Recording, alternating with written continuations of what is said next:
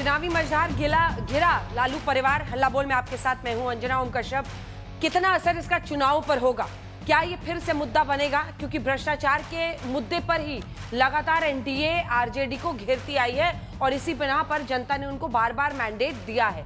महागठबंधन में सीटों का पेच सुलझाने के लिए आरजेडी नेता तेजस्वी यादव दिल्ली में है।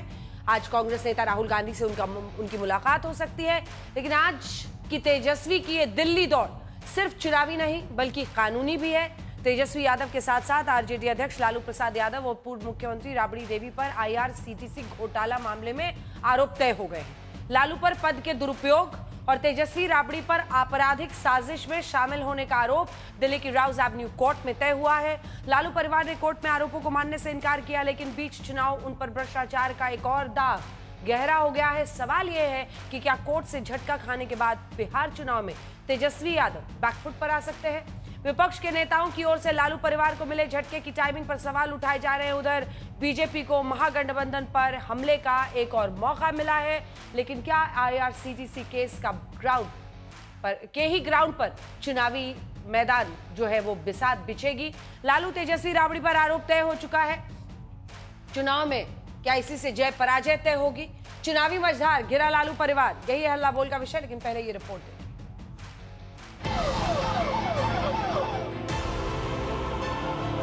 बिहार के चुनाव की गहमागहमी के बीच ही आरजेडी नेताओं लालू प्रसाद यादव, तेजस्वी यादव और राबड़ी देवी को दिल्ली की अदालत का झटका लगा। आईआरसीटीसी जमीन घोटाला मामले में राउज एवेन्यू कोर्ट में आरोप तय हो गए।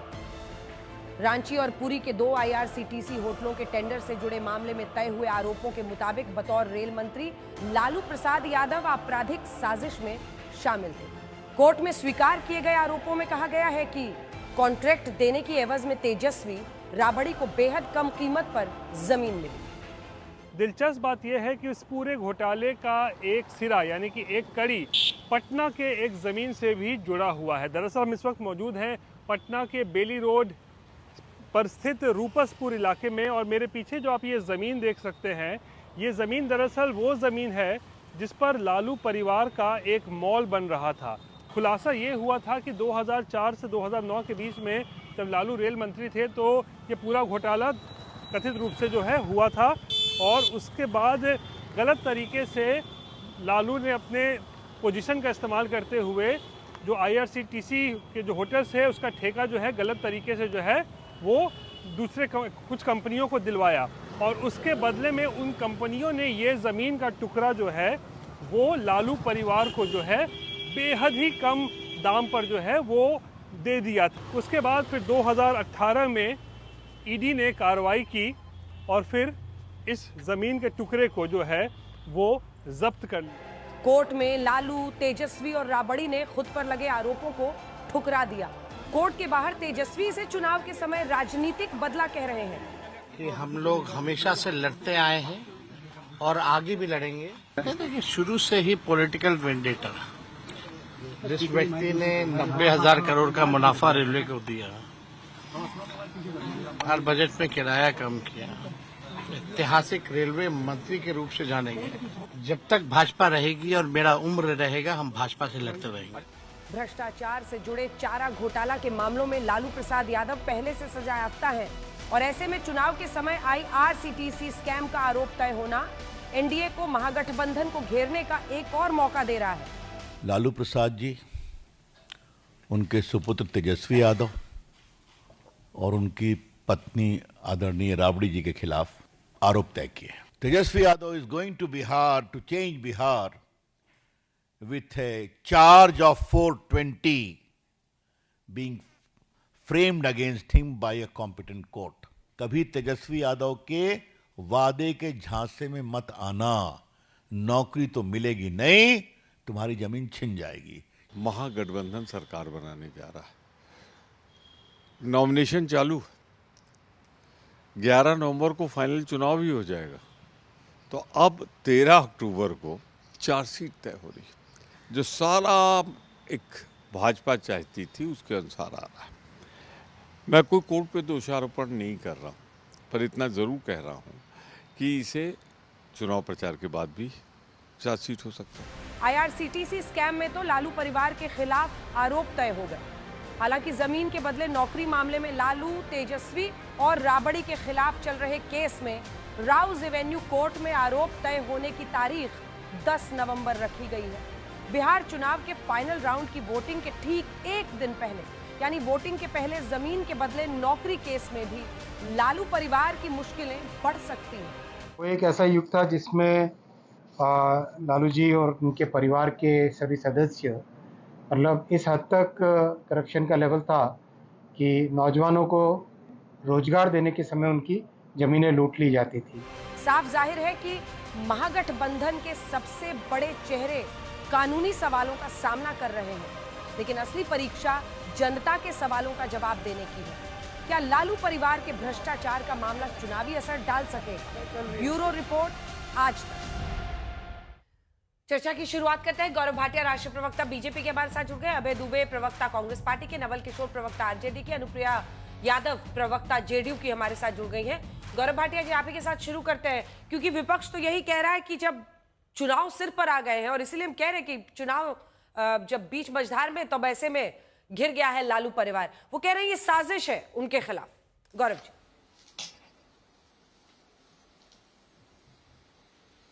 देखिए अंजना जी, एक आरोपी क्या कहता है, 5 बार दोष सिद्ध चारा घोटाले के सजा याफ्ता लालू प्रसाद यादव जो हेल्थ ग्राउंड पे बेल पे बाहर हैं, उनकी बात की विश्वसनीयता क्या होगी? पहली बात। दूसरी बात, मैं सुन रहा था आज बयान दे रहे थे तेजस्वी यादव, मैं दोषी नहीं हूं। लालू प्रसाद यादव भी यही कह रहे थे। अरे कौन चोर है, कौन भ्रष्टाचारी है जो ये कहेगा कि हाँ मैंने चोरी करी है? ये तो जब पकड़े जाते हैं, अदालत में मामला सिद्ध होता है, उसके बाद सजा होती है ना अंजना जी। तीसरी बात, एक कमजोर, घटिया, घिसी पिटी वही दलील रखी। टाइमिंग देखिए, टाइमिंग। तो चलिए एक सवाल पूछ लीजिएगा अंजना जी जब आपको मौका लगे आरजेडी के प्रवक्ता से। ये एफआईआर जो है 2006 में हुई, 2006 में। उसके बाद मैं पूछना चाहता हूं, इतने साल तक आपके पास पूरा मौका था, न्यायालय जाते, न्यायालय जाके कहते ये जो है पॉलिटिकल वेंडेटा है, राजनीतिक द्वेष से मामला हुआ है, और रद्द करा लेते। और एक तथ्य और बता दूं, मेरे हाथ में देखिए एक ऑर्डर है, ये है 18 जुलाई 2025। एक नाम लिखा हुआ है, सुप्रीम कोर्ट गए थे लालू प्रसाद यादव। लालू प्रसाद यादव सुप्रीम कोर्ट गए 18 जुलाई 2025, लेकिन मुंह की खानी पड़ी और इनकी पिटीशन को निरस्त किया गया। अब इनको कोई राहत सर्वोच्च न्यायालय ने तो नहीं दी ना। इसका क्या मतलब है? प्रथम दृष्टया जो सामग्री, जो साक्ष्य जांच एजेंसियों ने, सीबीआई हो या ईडी हो, जुटाए हैं, उसमें पर्याप्त कहीं ना कहीं मजबूती है, और इसीलिए न्यायालय ने आज कहा है कि चार्ज फ्रेम होंगे। दूसरी बात, ये कांग्रेस पार्टी और आरजेडी, इनको कौन सा गोंद जोड़ता है? क्या ये बिहार सेवा का है, जन सेवा का है, सुशासन का है? नहीं अंजना जी, ये गोंद है भ्रष्टाचार का। भ्रष्टाचारी राहुल गांधी, सोनिया गांधी दोनों बेल पे बाहर हैं। ऐसे ही लालू प्रसाद यादव दोष सिद्ध होने के बाद हेल्थ ग्राउंड पे बेल पे बाहर है। और हमने देखा तेजस्वी यादव, राबड़ी देवी, बीसा भारती, एक परिवार के 4-4 सदस्य, और सबके सब जमीन दो नौकरी लो, जमीन दो नौकरी लो। अब आप मुझे बताइए, बिहार की जनता क्यों नहीं चाहेगी कि न्याय हो? वो जमीन हड़पू जो लोग गरीबों की जमीन छीन लेते हैं, उनको जनता तो यही चाहेगी कि वो जेल की सलाखों के पीछे सह परिवार हो। और अंत करूंगा ये तस्वीर दिखा के, वो एक डायलॉग है पिक्चर का, कितने आदमी थे? तो अगर अब पूछा जाए कितने आदमी थे, तो उत्तर आएगा सरकार, भ्रष्टाचारी 4 थे। और ये भ्रष्टाचारी 4 और परिवार एक परिवार से 4 भ्रष्टाचारी। लालू प्रसाद यादव आप ही के चैनल दिखा रहा था, राबड़ी देवी और साथ में तेजस्वी। आपको ऐसा भ्रष्टाचारी परिवार गांधी परिवार को छोड़ के कहीं नहीं मिले। ठीक है नवल जी, अब आप मोर्चा संभालिए, क्योंकि आज सारा का सारा ये आरोप और ये परेशानी जो है वो आरजेडी पर ही आपत्ति आन पड़ी है। अब देखिए, चारा घोटाला लंबे वक्त तक बिहार की राजनीति का एक ऐसा मामला रहा जो लालू परिवार पर छाया रहा। 5-5 केस, हालांकि अभी जमानत पर है, लेकिन लोअर कोर्ट से उनको उसमें दोषी पाया। अभी केस चल रहा है कोर्ट में। उसके बाद आप आ जाइए IRCTC घोटाला, इसमें भी कोर्ट ने आरोप तय कर दिया। आपको नहीं लगता है कि मुसीबत है, ये जो भ्रष्टाचार वाला मामला है वो जिन आपके पार्टी के ऊपर से हट नहीं रहा है, और अगर इस मामले में भी इसी तरह से तेजी से आगे बढ़ता है तो एक बड़ी परेशानी होगी।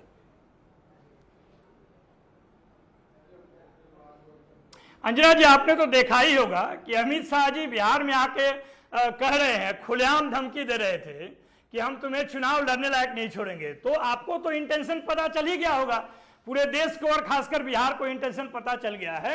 और ये बात, एक बात, दूसरी बात ये सही है कि जब जब चुनाव आता है भारतीय जनता पार्टी घबराता है और वो अपने तीनों वालाई को सामने लाता है। इसके पास और कोई उपाय नहीं है।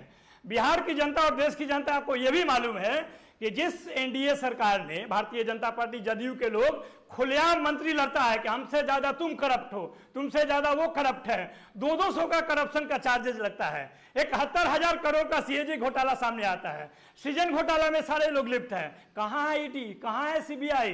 जब नीतीश जी हमारे साथ थे तो उनके आसपास के अधिकारियों और नेताओं के घर पे छापे मारे जा रहे थे, कहां है उसका रिपोर्ट? ये सारा जो तंत्र मंत्र जो है ना सत्ता पाने के लिए, वो सारा काम करने के लिए भारतीय जनता पार्टी जानती है। और आपको और पूरे देश को यह भी मालूम है कि लगातार इस तरह का दुष्प्रचार, इस तरह का कामयाबी करने वाले लोग, करामाती करने वाले लोग ये देख रहे हैं कि इन तमाम कारणों के बावजूद भारतीय जनता पार्टी का राजनीतिक जमीन यहां पर ध्वस्त होने वाला है। लगातार ये नैरेटिव बनाने का कोशिश किए, लेकिन 2015 में सिंगल लार्जेस्ट पार्टी राष्ट्रीय जनता दल, 2020 में सरकार बनाने के मुकाम पे पहुंची राष्ट्रीय जनता दल, 2025 में 100% सरकार बनने वाली है।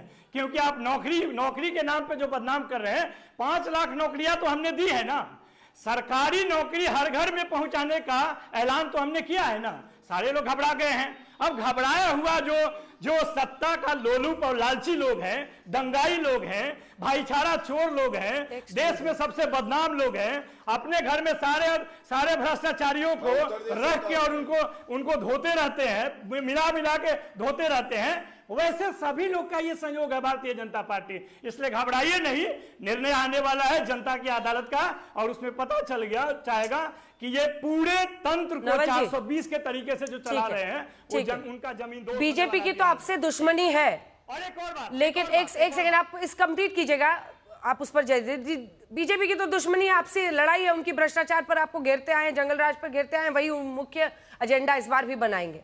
लेकिन मुझे बताइए कि 11 मार्च 1996 को जब पटना हाईकोर्ट ने चारा घोटाले की जांच CBI से कराने का आदेश दिया था, कि तब केंद्र में कांग्रेस की सरकार थी, नरसिम्हा राव PM थे, उनकी क्या दुश्मनी थी RJD से? 96 के चारा घोटाला मामले में तत्कालीन मुख्यमंत्री लालू प्रसाद यादव पर जब पहला अभियोग पत्र दायर हुआ, तब केंद्र में भाजपा नहीं कांग्रेस के समर्थन वाली देवेगौड़ा सरकार थी।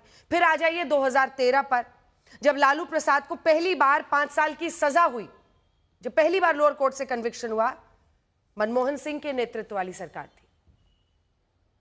तब अभय दुबे जी को दुश्मनी थी आपसे, क्या था? देखिए, बिल्कुल। अरे अंजना जी, 2013 का बात आपने इनकम्प्लीट क्यों बताते हैं? 4 केस बंद हो गया था, भारतीय जनता पार्टी ने खोला। 2006 या 7 का बात करें, IRCTC का पहला, वो CBI ने बंद कर दिया था। भारतीय जनता पार्टी 10-12 साल के बाद जब देखा कि हमारे पास कोई और अस्त्र नहीं है तो हम उसको बदनाम करते हैं, उन्होंने बंद किसको खोला? ये भी बताना मत भूलिए।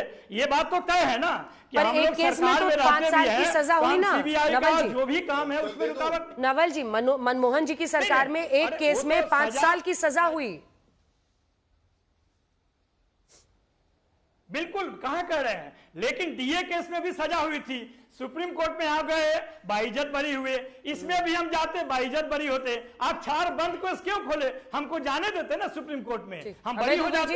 अभी भी हम बरी होंगे। एक सेकंड आ रही है। अभय दुबे जी से एक छोटा सा रिएक्शन ले लीजिए। अभय दुबे जी, तब क्या था? क्योंकि हम 96 से लेकर पूरा चारा घोटाले का मामला दिखा रहे हैं। उस समय तो आप ही लोगों की सरकार थी, और 13 में जब कन्विक्शन हुआ 5 साल की सजा, तब भी बीजेपी नहीं, मनमोहन जी की सरकार थी। तो आप लोग दुश्मन थे तब क्या? या फिर आप लोग भी चाहते हैं क्योंकि महागठबंधन में साथ हैं तो आप अब ईमानदारी का सर्टिफिकेट देंगे बिना जांच के? हमने नहीं दिया, ईमानदारी का सर्टिफिकेट हमने नहीं दिया, नीतीश कुमार ने दिया, इनके सहयोगी ने।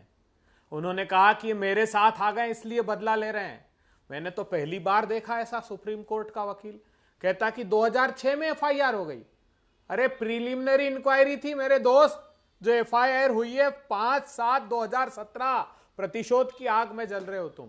क्या यही शो करते थे खूब, हेमंत सोरेन देखिए, ये हेमंत सोरेन इतने हजारों करोड़ की संपत्ति का आरोपी जेल गया। क्या कहा हाई कोर्ट ने कि प्रथम दृष्टिया कोई सबूत नहीं मिलते। ट्रायल कोर्ट की बात नहीं कर रहा हूं, वही संजय राउत के मुकदमे में यही दिन भर डिबेट कराया करते थे चुनावों के पहले। क्या कहा कि उनसे भी प्रतिशोध लेने की कोशिश कर रहे हैं। ये प्रेस कॉन्फ्रेंस लेते थे हेमंत तो बिस्वा शर्मा के खिलाफ, बुकलेट निकालते थे। अभय जी एक सेकंड आपको टोक रही हूं, आप सारे केसेस गिनाइएगा, लेकिन कुछ देर तो आज के केस पे रहिए ना। आपने खुद ही बताया, हम भी करेक्शन करना चाहेंगे गौरव भाटिया का, 2017 में ही पहली बार एफआईआर दर्ज हुई थी। उन्होंने गलत बताया, एफआईआर दर्ज नहीं हुई थी 2007 में। लेकिन अगर आपके सरकार के दौरान 2006-2007 में सीबीआई ने preliminary inquiry Indian railways catering and tourism corporation यानी IRCTC होटल स्कैम में शुरू किया था, कोई वजह रही होगी ना साहब? हाँ ना, नहीं तो अच्छा बताइए ना, इन्होंने क्या एलिगेशन क्या है मेन जानती हैं आप? कि एक सरला गुप्ता नाम की महिला ने, वो बताते हैं लालू जी की बेनामी संपत्ति उसने खरीदी और सर्कल रेट से कम रेट में खरीद ली। बोले 1,93,00,000 रुपए सर्कल रेट था और 1,47,00,000 में खरीद ली। अरे यही आरोप था अशोक चौधरी पर भी है। फिर बाद में पैसे दिए कि नहीं, उसने कर दिया क्या? ईडी सीबीआई आ गई क्या? मैं कह रहा हूं ना, जितने इन्होंने आरोप दिन भर डिबेट करते थे, हसन मुंशरिफ पे करते थे, अजीत पवार पे अजीत पवार पे तो ईडी ने प्रेस नोट इशू किया 1 जुलाई 2021 को। उसके बाद मुकदमे से दोनों अजीत पवार, सुनेत्रा पवार का नाम ही हटा दिया इन लोगों ने। चार्जशीट दाखिल की लेकिन उनका नाम नहीं है, एफआईआर में उनका नाम था। हर प्रकार का षड्यंत्र करते हैं, सत्ता की भूख में बिहार के खिलाफ प्रतिशोध में जल रहे हैं। आजाद भारत के इतिहास में पहली बार है कि फुटनोट में केग ने लिख दिया है कि 70,000 करोड़ रुपए, ऐसा प्रतीत होता है, गबन हो गए। क्या था सृजन घोटाला बताइए ना। भारतीय जनता पार्टी के शीर्ष नेता की बहन पर आरोप था, हजारों करोड़ रुपए एनजीओ के अकाउंट में आरटीजीएस कर दिए ट्रेजरी के। उसके लिए तो कम से कम मुख्यमंत्री जिम्मेदार होते, उसके लिए तो उप मुख्यमंत्री जिम्मेदार होते तत्कालीन दिवंगत हमारे सुशील मोदी जी। नहीं, लेकिन साहब कहीं इन पर आरोप लगेगा तो ये पाक साफ हो जाएंगे और प्रतिपक्षियों से प्रतिशोध लेंगे। 1,000 एकड़ जमीन 1 रुपए में अडानी को दी। क्या यह बात सही नहीं है कि टेंडर के 1 महीने बाद की कैबिनेट में निर्णय लिया कि 1 रुपए में देंगे? क्या यह बात सही नहीं है कि 2014 में फरवरी में कांग्रेस पार्टी ने बिहार सरकार के साथ उस पावर प्लांट का एग्रीमेंट किया था, उसको इन मोदी सरकार जी अब इन बातों का जवाब दीजिए, देखिए एक तो वो आपका करेक्शन कर दे, 2017 में एफआईआर दर्ज हुई थी, 7 में नहीं, 7 में लेकिन प्रिलिमिनरी इंक्वायरी सीबीआई की शुरू हो चुकी थी। मेरा आपसे प्रश्न यह है कि देखिए जितना होता है ना, जो सजगता, जो तत्परता इस वक्त दिखती है विपक्षी नेताओं के खिलाफ, वो अपने नेताओं के खिलाफ तो बिल्कुल नहीं दिखती है। इक्का दुक्का कोई नाम होगा जो अब आप कोट करके हमें सुना देंगे। सवाल यह है कि चुनाव जब सिर पर है, इस तरह से कार्रवाई तेजी से हो रही है, उसको लेकर विपक्ष सवाल पूछ रहा है। उनका कहना है कि आप जानबूझ के कर रहे हैं, उनको पॉलिटिकली डैमेज करने के लिए कर रहे हैं गौरव जी, और आपके पास जो आ जाते हैं वो सारे तो धुल ही जाते हैं।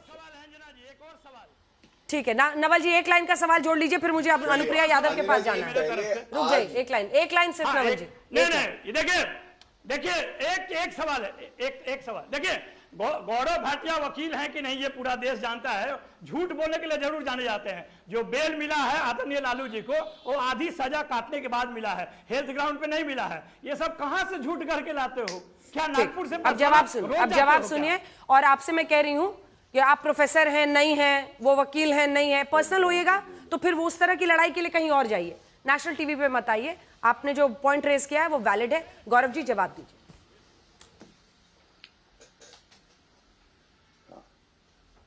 देखिए अंजना जी, सबसे पहले मैं एक बात जरूर कहना चाहूंगा, दर्द हुआ है इन लोगों को, भ्रष्टाचार सामने आया है, इसीलिए व्यक्तिगत टिप्पणियां करते हैं, लेकिन कोई बात नहीं। अगर ये अपना स्तर उठाएंगे और हम अगर गिराए भी तो तब भी हम लोग मिलेंगे नहीं, क्योंकि ये इतने ज्यादा गिरे हुए हैं, धसे हुए हैं।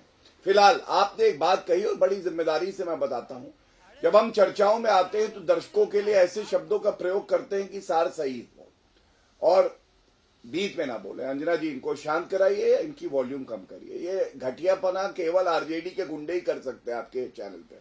शांत कराइए इनको प्लीज, शांत कराइए।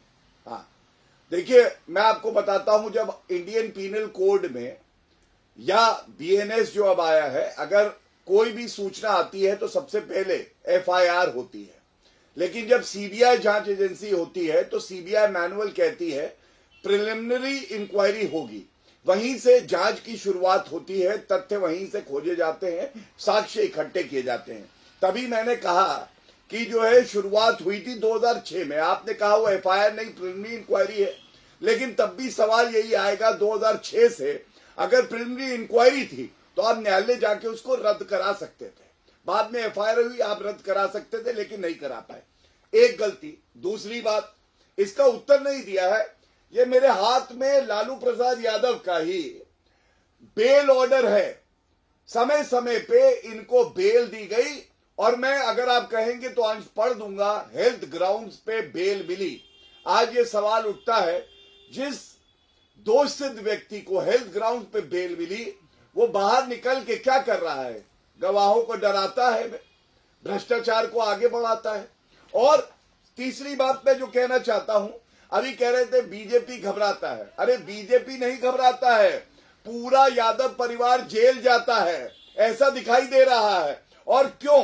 आप देखिए अनियमितताएं क्या है, मैं आपको बता दूं। ये जो जमीनें लेके नौकरी दी गई, एडवर्टाइजमेंट नहीं दिया गया, अनियमितता नंबर 1। 2, जो प्लॉट्स के नाम है वो सारे यादव परिवार के सदस्यों के नाम है, राबड़ी, मीसा। तीसरा, ये जो प्लॉट्स का पेमेंट हुआ बहुत कम, लेकिन कैश में किया गया। चौथा, 3 दिन के अंदर नौकरी दे दी गई, 3 दिन के अंदर नौकरी दी गई बिना इश्तिहार के, और सर्कल रेट से कम इसका रेट था। 5 अनियमितता मैंने बताई। अगर दम हो इधर उधर भागने की बजाय जो मैंने प्रश्न उठाए हैं उस पर उत्तर दो। अंत करूंगा। आप बीजेपी की बात कर रही थी, आप मुझे ये बताइए, हम ईमानदार हैं, ये हमारी गलती है अंजना जी? आप कहती है बीजेपी के नेता पे सीबीआई ईडी जांच नहीं करती है, मतलब हम अपने नेताओं से कहें भ्रष्टाचार करो जिससे कि बराबर के नेता कांग्रेस और आरजेडी के हों और बीजेपी के। दूसरी बात, कांग्रेस की भी सरकार रही, नेताओं के नाम बताइए, किसने प्रताड़ित किया? लालू प्रसाद यादव पे मुकदमा, कांग्रेस की सरकार। मुलायम सिंह यादव पे मुकदमा, कांग्रेस की सरकार। 5 केसेस हैं और 5 में ही हम अपने दर्शकों को बता देते हैं जितने केसेस हैं, और उनकी डिटेल्स वाला जो है एक बार दिखा दीजिए 5 का। लेकिन अनुप्रिया यादव जी, अब ये सवाल बनता है ना कि अब जब डेट्स का अनाउंसमेंट भी हो गया है कि भाई इस तारीख को है, टाइमिंग पर प्रश्न तो पूछे ही जाएंगे। और अभय जी सही कह रहे थे, जब एक वक्त पर आपने उनके साथ सरकार बना ली थी तो नीतीश बाबू ही कहते थे कि देखो हमारी तरफ आ गया इसलिए उसको टारगेट कर रहे हैं, क्लीन चिट दे रहे थे सीएम साहब। अंजना जी, पहले तो मैं ये कांग्रेस और आरजेडी के प्रवक्ता को कहूंगी कि जिस तरह की दलील वो पेश कर रहे हैं और यहाँ जनता के बीच में ये साबित करने का प्रयास करें कि बिल्कुल भी ये साफ सुथरे सभी के लोग हैं कि इन्होंने कोई भ्रष्टाचार नहीं किया है, तो इसकी दलील को क्यों नहीं पेश करते हैं और कोर्ट को संतुष्ट क्यों नहीं कर पाते हैं कि आप अपराधी नहीं हैं? आज ये लगातार जनता के बीच में जा करके विपक्ष का चोला ओढ़ करके या अपने आप को बचाने का जो प्रयास करते हैं और नैरेटिव बनाते हैं कि देखिए जब इलेक्शन आता है तो इस पे हमारे ऊपर आरोप लगते हैं। अंजना जी, हमने भी बीजेपी का 2015 में आपको नहीं हम मालूम था क्या? एनडीए गठबंधन से बाहर रहे हैं, ऐसा आरोप हमारे नेता पे क्यों नहीं लगता है? ऐसी आक्षेप हमारे नेता पे क्यों नहीं होता है? और मैं फिर भी कहती हूँ कि अगर कोई साक्ष्य आपके पास में है जिसका इन्होंने जिक्र किया है तो जाइए ना, कोर्ट मना थोड़ी कोई किया है। अब आक्षेप मुझे ये भी होता है अंजना जी, ये तो सरकारी संस्थानों के साथ साथ यह कोर्ट को भी नहीं छोड़ते हैं कि में इनके ऊपर अगर किसी तरह के आरोप सिद्ध होते हैं तो ये कहते हैं कि कोर्ट जो है हमारे पक्ष में नहीं कर रहे और सत्ता पक्ष की बात सुन रही है। और आज का जो डेट था अंजना जी, ये कोई इलेक्शन अनाउंसमेंट के बाद डेट तो नहीं आई है। इस डेट के बारे में पूरे बिहार की जनता और देश की जनता को पता था कि 13 तारीख को 13 अक्टूबर को सुनवाई होनी है। अब ये दलील वहां पेश नहीं कर पाए, इसमें हमारी गलती क्या है? अब हमारे नेता ने कभी जानवर के चारों को नहीं खाया तो उसमें हमारी गलती क्या है? अब हमारे नेता ने, जिसकी बात नवल किशोर जी कहते हैं बार बार कि 17 महीने की सरकार में आदरणीय मुख्यमंत्री नीतीश कुमार जी के नेतृत्व में 5 लाख नौकरी दी, हमने तो उस नौकरी के बदले जमीन नहीं ली। इसमें गलती हमारी क्या है? आप गलती भी कीजिए और आर्थिक अपराधी आपको घोषित भी नहीं की जाए, कब तक आप विपक्ष के एक नेता के रूप में अपने आप को इस तरह से आप एक आडंबर बनाने का प्रयास कीजिएगा कि हम विपक्ष में है साहब, तो इसलिए हमारे ऊपर आरोप लगता है। नीतीश कुमार जी ने जब जिस संदर्भ में बातें कही हैं, मैं तो कहती हूँ कि नीतीश कुमार जी ने पहले भी कहा है कि हम किसी को बचाते हैं ना फंसाते हैं, अगर आरोपी नहीं है तो सिद्ध कर दीजिए। दूसरी बात, मुझे ये लगता है कि जमीन के बारे में अभी नवल जी यहाँ बहुत अच्छे से आपके सवालों को गोल कर गए और बताने लगे कि हम तो बिहार में नौकरी देने की बात कर रहे हैं, इसलिए इस तरह की कार्रवाई हो रही है। तो आपने ये क्यों नहीं बताया कि आपकी जब उम्र कम थी आदरणीय तेजस्वी यादव जी, तब से आप अपने पिता के जो कहेंगे अपराधों के संरक्षण में आप संपत्ति ले रहे थे, लेकिन आपने यह नहीं बताया कि बिहार की जनता को आने वाले समय में आप इसी तरह का आप करेंगे अगर जनता आपको बुलाती है। बिहार की जनता जानती है कि ऐसे जो फरेबी हैं, ऐसे जो लालची हैं, जो बिहार की संपत्ति को अपनी संपत्ति समझते हो, वैसे लोगों को पुनः बिहार की जनता नहीं बुलाने जा रही है। ठीक है, चलिए आप जवाब दीजिए। नवल किशोर जी जवाब दे दे, फिर मैं अभय दुबे जी आपके पास आऊंगी। नवल जी जवाब दीजिए, अब सारे आरोप लालू प्रसाद यादव पर ही वहां पर क्यों लगते हैं बिहार में? इसको भी समझना होगा ना। और मैंने तो आपको बताया, आप गोल कर गए कि 4 केस में तो फ्री ये हो गए थे। ऐसे ही अगर आप देखें डीए केस में मुलायम सिंह यादव पर भी था, लालू प्रसाद यादव पर भी था, और ये तो सब यूपी कांग्रेस की सरकार के दौरान लगा था। बड़ी तस्वीर को देखते हुए जरा समझाइए, यहाँ बिहार में लालू जी पर ही आरोप क्यों लगता है? कांग्रेस की सरकार हो तो, एनडीए की हो तो? देखिए, बिहार पूरे देश में संप्रदायवाद से कौन लड़ता है? हिंदुत्व के नाम पे पूरे देश को दंगाई बनाने का काम करने वालों से कौन लड़ता है? लाल कृष्ण आडवाणी को बिहार में किसने गिरफ्तार किया? भाई इस तरह का काम करने वालों के लिए हिम्मत चाहिए ना। नीतीश कुमार जी के पास वो हिम्मत है नहीं। चलिए आप तो अचेत हैं, 2015 में तो अचेत नहीं थे, उनको मालूम था लालू जी कौन है, लालू जी का इतिहास क्या है, लालू जी का भूगोल क्या है, लालू जी किस चीज के लिए जाने जाते हैं। ये तमाम तरह की बातें 2015 में थी। चलिए 2022 में थी। अब बतवा कहा नहीं सुनती है अनुप्रिया जी, चुप रहिए। रुक जाए अनुप्रिया जी आवाज नहीं आ रही है, एक बार उनको पूरा। नवल जी, तो खाली लालू जी लड़ते हैं सांप्रदायिकता से, और ये राहुल जी नहीं लड़ते थे? या राहुल जी नहीं लड़ते हैं? कांग्रेस पार्टी नहीं लड़ती थी? जो देखिए, नहीं बिहार जो लड़ता है और बिहार में जो लड़ता है वो तो सब जानते हैं। आप भी कुछ का नाम बता दीजिए, हम तो अपने विषय में बता ही रहे हैं। कौन लड़ता है उनसे वो सब जानता है। नहीं तो ये दंगा राज करने वाले लोग 1990 से 2005 को जंगल राज क्यों कहते हैं? क्योंकि जन का राज था, वो जनता का राज था, सामाजिक न्याय का राज था। इनको जंगल राज तो लगेगा ही। जब एक तरफा शासन कर रहे थे सदियों से, उन्हें तो लगेगा कि वो जंगल राज है। वास्तव में जो लोग बोलना शुरू किए तो उनको जंगल राज लग गया। जो कोर्ट की टिप्पणी। अनुप्रिया जी एकदम छोटा सा जवाब, फिर मैं अभय जी के पास जाऊंगी। अनुप्रिया जी बिहार में अब उनकी बात सुनिए नवल जी प्लीज। लालू प्रसाद यादव जी के राज को जंगल राज इसलिए कहा जाता था क्योंकि अपराधी उस समय सलाखों के पीछे नहीं, मुख्यमंत्री आवास में बैठा करते थे। आप गलत नैरेटिव बनाने का प्रयास मत कीजिए। और इतिहास गवाह है कि जिस तरह से कांग्रेस और आरजेडी के शासन काल में धार्मिक उन्माद हुई है, जातीय नरसंहार हुआ है, यही जो बिहार की जनता ने झेला था, उसी को जंगल राज कहा जाता था। अगर आप ये चर्चा करेंगे कि सिर्फ कोर्ट ने कहा था, एक मिनट अंजना जी, सिर्फ कोर्ट ने नहीं, बिहार की जनता ने आपको इसी जंगल राज के कारण सत्ता से बाहर रखा। और खैर मनाइए कि नीतीश कुमार जी का आपको सुशासन का, सरकार का आपको साथ मिला कि लालटेन की लौ जल पाई है। नहीं तो जो लगे हैं उस आरोप से तो बाहर नहीं निकल पा रहे। और वर्तमान में अंजना जी, अब है जी की खैर मनाइए क्या होता है? नहीं अनुप्रिया जी, इसका क्या मतलब जरा समझे। खैर मनाइए कि नीतीश जी का साथ मिला तो लालटेन की लौ जलती रही, मतलब आप लोग जानबूझ के कि भ्रष्टाचार उन्होंने किया है फिर भी उनके साथ सरकार चलाते थे। जब बीजेपी से लड़ना होता था फिर उधर जाते हैं, फिर जब वापस आना होता है तो फिर वो भ्रष्टाचारी हो जाते हैं। नीतीश बाबू पर सवाल ही नहीं है। अंजना जी, अभी तक आरजेडी की जो पापों का जो लिस्ट है, उससे आरजेडी बाहर निकल नहीं पाई। तो नीतीश कुमार जी की सुशासन की छवि थी कि आपने सत्ता में आने का आपको मौका दिया। दूसरी बात मैं कह रही थी कि आपने जब नवल जी कह रहे थे यहाँ पे, देखिए बिहार में धार्मिक और जिस तरह से जातीय उन्माद फैली थी, इसी आरोप के डर से और आरजेडी के पापों से अभी तो अवैध विधि की पार्टी भी इनसे अलग होना चाहती है। पूछिए ना कि अब चुनाव की घोषणा हो गई है, अलायंस इनके साथ में बन रही है कि नहीं बन रही है। मैं कहना चाह रहे हैं कि हम इन पापियों के साथ नहीं रहेंगे जो गलती एक बार कर दी। ऐसे चारा चोरों के साथ में, ऐसे हम नौकरी के बदले जमीन लेने वाले के साथ में सहयोगी दल नहीं रहेंगे। इसीलिए अभी तक इनका गठबंधन भी नहीं हो पा रहा है। अंजना जी, मेन बात तो यहाँ चलिए पे अभय है। दुबे जी जवाब दीजिए। अब अभय जी को बोलने दीजिए प्लीज। नवल जी, अभय जी को बोलने दीजिए। अभय जी बहुत देर से हाथ उठा रहे हैं। अभय जी, बिहार में चुनाव लड़ना है, आरजेडी मजबूरी है, इसीलिए एक मामला तो ऐसा जो आप ही की सरकार में लगा, चारा घोटाला का आरोप और मामला आगे बढ़ा, फिर भी आरजेडी कबूल है, कबूल है, कबूल है। ये बिहार को महागठबंधन कबूल है। महागठबंधन की जीत बिहार के विकास की गारंटी होगी। पाठ कौन पढ़ा है देखिए तो सही, कौन पाठ पढ़ा रहा है। वेस्ट एंड इंटरनेशनल के एजेंट बनकर जिनके राष्ट्रीय अध्यक्ष ने टेलीविजन पर घूस खाई, वो भी सेना की डीलिंग की, डिफेंस की डील की, 1 साल की सजा हुई भारतीय जनता पार्टी के राष्ट्रीय अध्यक्ष को, वो पाठ पढ़ा रहे हैं हमको। दूसरा पाठ कौन पढ़ा रहा है? अनुप्रिया जी पढ़ा रही है। आरोप क्या है जानती हैं?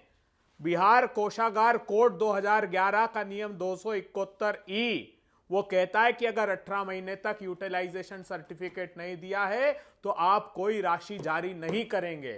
और 70,000 करोड़ रुपए, आज से नहीं, दूसरा दशक चल रहा है, इन्होंने साल दर साल वो पैसा जो बिहार के नागरिकों के विकास का था वो निगल लिया।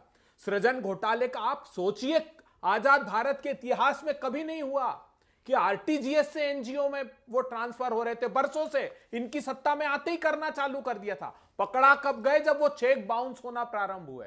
कितना भयानक भ्रष्टाचार। जून अररिया एक पुल बह गया, फिर सिवान का पुल बह गया, पूर्वी चंपारण का, किशनगंज का, मधुबनी का, मुजफ्फरपुर का, सिवान का, सारण का, 27 पुल 3 साल में। क्या हाल कर दिया है बिहार का। चप्पे चप्पे को रक्त रंजित कर दिया। ये कह रहे ना कि गुंडे बैठा करते थे, अरे अभी तो सत्तासीन है भ्रष्टाचारी आपके यहाँ। कभी सुना है आपने कि दवा घोटाले का कन्विक्टेड आरोपी अब प्रोविजन ऑफ ऑफेंडर्स एक्ट का लाभ दे दिया? क्या कहा कि नहीं बेचारा मासूम है, पहली बार अपराध करा है तो नहीं, एक निगरानी अधिकारी रख देते हैं 1 साल के लिए। अरे साहब, कहीं सुना है ऐसा आपने?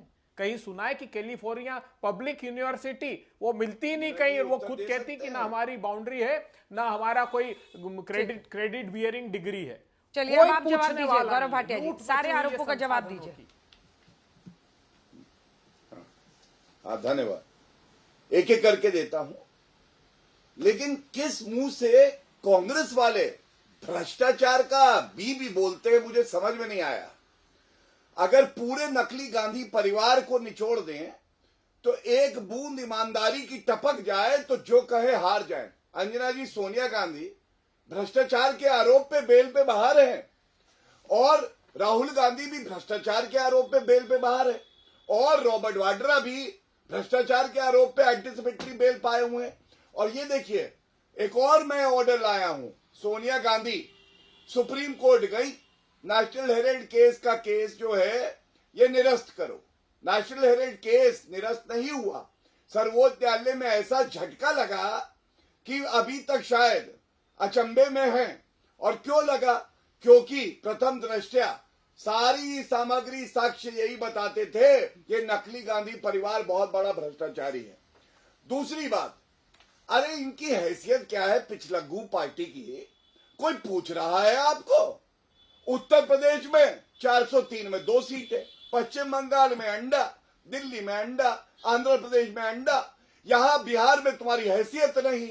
और राहुल गांधी देखिए, कोलंबिया में कॉफी पी के कह रहे हैं, अरे बुझे हुए लालटेन, तुम्हारी बत्ती को मैं जला दूंगा। तो तेजस्वी गुस्सा नहीं होंगे क्या? अंदर की खबर यह है, तेजस्वी यादव बहुत नाराज है राहुल गांधी से, कह रहे हैं भैया जमीन पे आके कुछ करो तो। और इसीलिए आप देखिए, कोई आपसी तालमेल नहीं। एक पहिया जो है साइकिल का, एक पहिया गाड़ी का, और आपस में मुख्यमंत्री का चेहरा तेजस्वी को बताने के लिए राहुल गांधी तैयार नहीं है। और तेजस्वी यादव कह रहे हैं मैं ही हूं मुख्यमंत्री का चेहरा। अभी तक सीटों का बंटवारा हुआ नहीं है। बंटवारा हो भी कैसे? क्योंकि क्या कह रहे तेजस्वी यादव आपको मालूम है? राहुल गांधी से तेजस्वी बोले अपनी जमीन दो, टिकट लो। जमीन दोगे तभी तो टिकट मिलेगा। अभय जी, अरे अभी सीट शेयरिंग भी फाइनल नहीं हुई है आप लोगों की, क्या बात है? तब तक ये कुछ देते नहीं है। कितना दम है उनके आरोपों में जो वो लगा रहे हैं? अंजना जी, चीन के चाटुकार तालिबान के तलवे चाटू हमको पाठ पढ़ा रहे हैं विश्व भर का। इलेक्टोरल बॉन्ड का स्कीम नहीं पता है? छापा मारो, चंदा दो, चंदा लेने के बाद छापा मारा, 8,000 करोड़ रुपए उगाए, सब एक के बाद निकल जाएंगे जब सत्ता से जाओगे आप। गौरव जी बीच में, बिहार में इनकी हैसियत देखिए। आजादी के बाद आज तक एक भी बार बिहार के लोगों ने स्वीकारा नहीं, स्वाभाविक रूप से। एक चीफ मिनिस्टर नहीं है इनका। 14 में जब जीते थे ना केंद्र में, धूल चटा दी थी बिहार ने, पूरे बिहार ने धूल चटा दी। लेकिन आ गए, पहले कहते थे पलटू राम, बोले नहीं बैसाखियों के सहारे है। वो तो नीतीश बाबू का स्वास्थ्य खराब नहीं होता ना तो ठीक हो जाते ये। नीतीश जी का स्वास्थ्य खराब नहीं होता तो कब से सरकार चली जाती तुम्हारी। तुमने किया ही ये है, स्वाभाविक रूप से किसी भी प्रदेश में आज तक तुम नहीं जीते हो।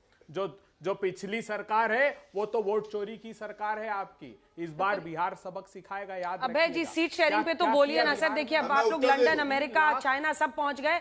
अरे साहनी साहब कह रहे हैं कि तबीयत खराब है महागठबंधन की, दिल्ली में इलाज होगा। उधर CPI-ML जो है अपना कैंडिडेट डिक्लेयर कर रहे हैं। क्या हो गया है, क्यों नहीं सब आप लोग संभाल पा रहे हैं? दो इतने बड़े नेता हैं, राहुल गांधी, तेजस्वी यादव, क्यों नहीं संभाल पा रहे हैं सीट शेयरिंग पे? एनडीए की तबीयत ठीक कर देंगे। एनडीए ने जो बिहार की तबीयत बिगाड़ दी है ना, उसको ठीक करने का संकल्प समूचे बिहार ने ले लिया है। जो बिहार का स्वास्थ्य बिगाड़ा जिन लोगों ने, उनको बिहार ठीक कर देगा। जिन्होंने बिहार की बेटियों को अपराधियों के हवाले कर दिया, 20-20 घाव लिए बेटी पटना मेडिकल कॉलेज के सामने तिल तिल कर तड़पती रही। नीतीश कुमार और भारतीय जनता पार्टी ने एडमिशन नहीं दिया, 8 घंटे एम्बुलेंस में दम तोड़ दिया। क्यों? बिहार के लोगों, क्योंकि प्रधानमंत्री जी की रैली थी, इसलिए वो ये यहाँ शिफ्ट नहीं करना चाहते थे। 11 बड़े उद्योगपतियों को घर में घुसकर गोलियां मार दी गई। कौन पूछने वाला है? खेमका जी की मां कहती है सारे उद्योगपतियों को बिहार छोड़कर चले जाओ। अब ये बिहार नवल जी से कमेंट लेने दीजिए। नवल जी जल्दी से कमेंट आपसे। नवल जी देखिए, कुल मिलाकर ये भ्रष्टाचार वाला जो मामला है ना, वो हर बार आपके सामने आता है और ये कहीं ना कहीं आपकी पार्टी के नेताओं की स्थिति को कमजोर करता है। इस बात से आप इनकार नहीं कर सकते हैं। नहीं अंजना जी, देखिए झूठ परेशान कर सकता है लेकिन पराजित नहीं कर सकता है। और बिहार की जनता ने यह बार बार साबित किया है। 2015 का रिजल्ट देखिए और 2020 का। जहां तक गठबंधन की बात की है, आपने कहा, मुकेश जी ने तो यह भी बोला है कि महागठबंधन अटूट है। ये तो सच है ना। हम लोगों में बातचीत हो रहा है और तुरंत आ जाएगा, अगले दिन तक आपको पता चल जाएगा जल्दी से। लेकिन एनडीए में तो दो ही तरह के गठबंधन में, या तो दास है। अंजना जी, मुख्यमंत्री जी के कार्यों ने महागठबंधन की सेहत खराब कर दी है, इसलिए बार-बार मुख्यमंत्री की सेहत की बात करते हैं। मुझे बहुत अच्छा लगता है अभय दुबे जी के साथ, और सिंपैथी भी है। ये बिहार में जब नीतीश कुमार जी के साथ होते हैं तो बहुत ही चंगा दिखता है इनको, और जैसे ही इनको नीतीश कुमार जी ने सत्ता के बाहर किया, नीतीश कुमार जी की सेहत खराब थी। सच्चाई यह है कि बिहार में महिलाओं को जिस तरह से रोजगार करने के लगातार मुख्यमंत्री जी प्रतिबद्ध है, ये कार्यों ने मुख्यमंत्री जी के प्रति महिलाओं की प्रतिबद्धता ने इनको बता दी है कि कैसे ये परेशान हो रहे हैं। गौरव जी जल्दी से। हाँ धन्यवाद। मैं केवल इतना अच्छा बोलते हैं लेकिन तथ्यों से कितना दूर है। दिल्ली में मुकेश साहनी ने सीट समझौते पर बात पूरी की है। ये बड़ी खबर इस वक्त की बता रहे हैं। इंडिया गठबंधन नेताओं से साहनी की अलग से बैठक हुई है। मुकेश साहनी जो कि वीआईपी के मुखिया हैं और अच्छी खासी सीटों की उम्मीद कर रहे हैं, चाहते हैं डिप्टी सीएम के लिए भी उनके नाम का ऐलान हो। वीआईपी अब सकारात्मक रुख दिखाती हुई दिख रही है इस वक्त। देखिए उनके लिए शो होते होते ही एक ये अच्छी खबर आ गई। गौरव जी जल्दी से 2 लाइन में। धन्यवाद। देखिए सबसे पहले मैं बता दूं, 4 चुनाव में बिहार में कुल सीटें कांग्रेस को मिली 59, पिछले चुनाव में अकेले भाजपा को मिली 74। तो कम से कम अपनी राजनीतिक जमीन को फिर से नाप ले। दूसरा मुकेश सैनी, ये तो वक्त इतने की इजाजत देता। आप सभी का बहुत धन्यवाद हमारे साथ जुड़ने के लिए। देश दुनिया की बाकी खबरों के लिए देखते रहिए